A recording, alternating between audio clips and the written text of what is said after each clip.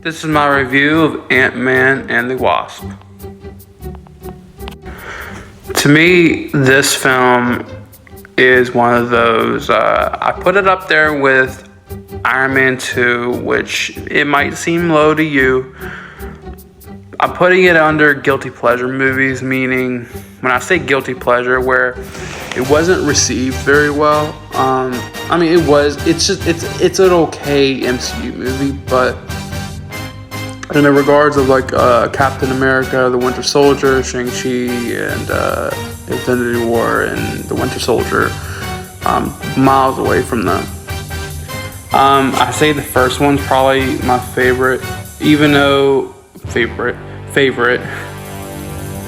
But you know, this first one, the thing I had to say about the second one, there was a lot more Ant-Man-ish shrinking. I felt like the first one when it came to the pacing, I felt like it was a little bit slow with the first one, but the second one was definitely more on its toes, more getting along with the story. I love the whole thing with you know, Ant-Man and the Wasp, with their dynamic. I can't speak today. And what they were able to do, bringing in Ghost and Hank Pym. I felt like Hank Pym was kind of downplayed a little bit in this movie, a little bit lesser than the first one. And bringing in, I guess, technically the original Wasp.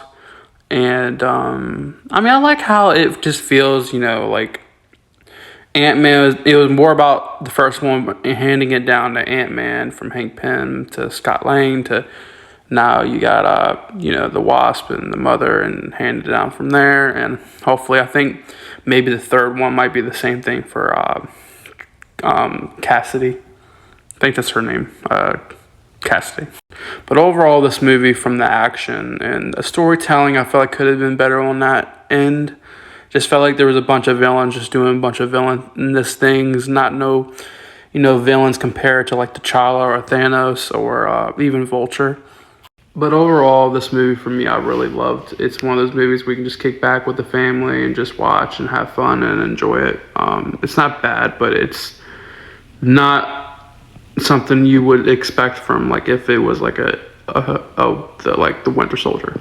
I would give this a rating of 7.8 out of 10, and that is not a bad rating. Again, my rating system is a little different than others, but I loved it. I love this movie. There is no bad movie in the MCU, but it's definitely not the top 5 or even 10 for me. And that's my review on Ant-Man and the Wasp.